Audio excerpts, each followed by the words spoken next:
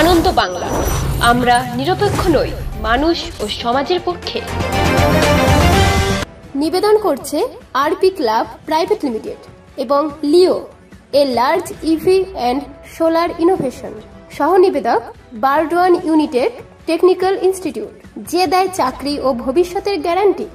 পূর্ব বর্ধমান জেলার পূর্বস্থলী 1 নম্বর ব্লকের জাহাননগর কুমার আনন্দ উচ্চ বিদ্যালয় কয়েকদিন আগে বাউন্ডারি ওয়াল ভেঙে পড়ে, যার দ্বারা দুশ্চিন্তা এবং নিরাপত্তাহীনে ভুগছেন স্কুলের ছাত্রছাত্রী থেকে শুরু করে স্কুলের শিক্ষক শিক্ষিকাবৃন্দ।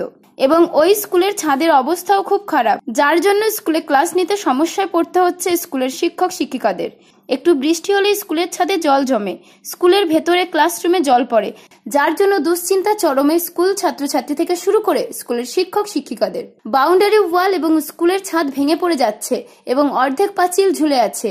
এই অভিযোগটি স্থানীয় পঞ্চায়েত থেকে শুরু করে ডিএম অফিসে জানানো হয়েছে। এখন দেখার কতদিনে এই অভিযোগের সুরাহা হয়। আমাদের বিদ্যালয়টা তো 70 বছরের পুরনো। এর ফলে বিদ্যালয়ের একাংশ, যেটা প্রাচীন বিল্ডিং আর কি, সেই জায়গাটা খুব ডিলাপিটেটেড কন্ডিশনের মধ্যে রয়েছে। এছাড়াও আমাদের যে বাউন্ডারি ওয়ালটা রয়েছে সেটার একাংশ ভেঙে পড়েছে, এবং শুধু ভেঙে যেটুকুনি পড়েছে সেটা যেমন যা হবার হয়ে গেছে, বাকি যে অংশটা রয়েছে সেটা ঝুলন্ত অবস্থায় রয়েছে এবং বিপজ্জনক অবস্থায় রয়েছে।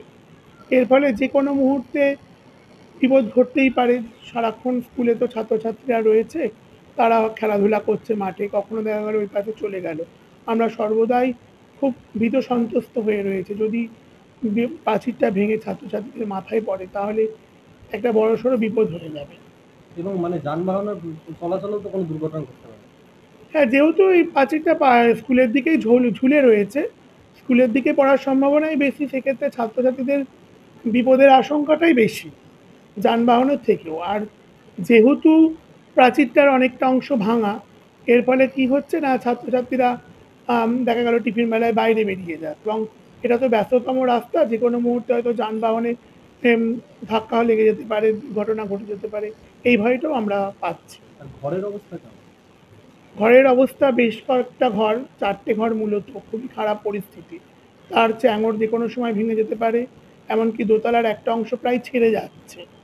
ঘর স্যাঁতসেঁতে, জল পড়ে বৃষ্টি হলে ছাদ দিয়ে, আমাদের ক্লাস নিতেও খুব অসুবিধা হচ্ছে। অভিযোগ কি কোথাও জানিয়েছেন? হ্যাঁ, এর আগে আমি ডিআই অফিস, বিডিও অফিস, বিভিন্ন জায়গায় দরখাস্ত করেছিলাম, ডিএম অফিসেও জানিয়েছিলাম, কিন্তু তার কোনো সুরাহা পাইনি। বর্তমানে আমি আবার বিডিও অফিসে জানিয়েছি এবং একটা এস্টিমেশন কালেক্ট করে সেটা ডিআই অফিসেও জমা দিয়েছি। এখনো পর্যন্ত সেই অর্থে কোনো প্রতিশ্রুতি পাইনি। পূর্ব বর্ধমান থেকে দেবাশিস ঘোষের রিপোর্ট, আনন্দ বাংলা।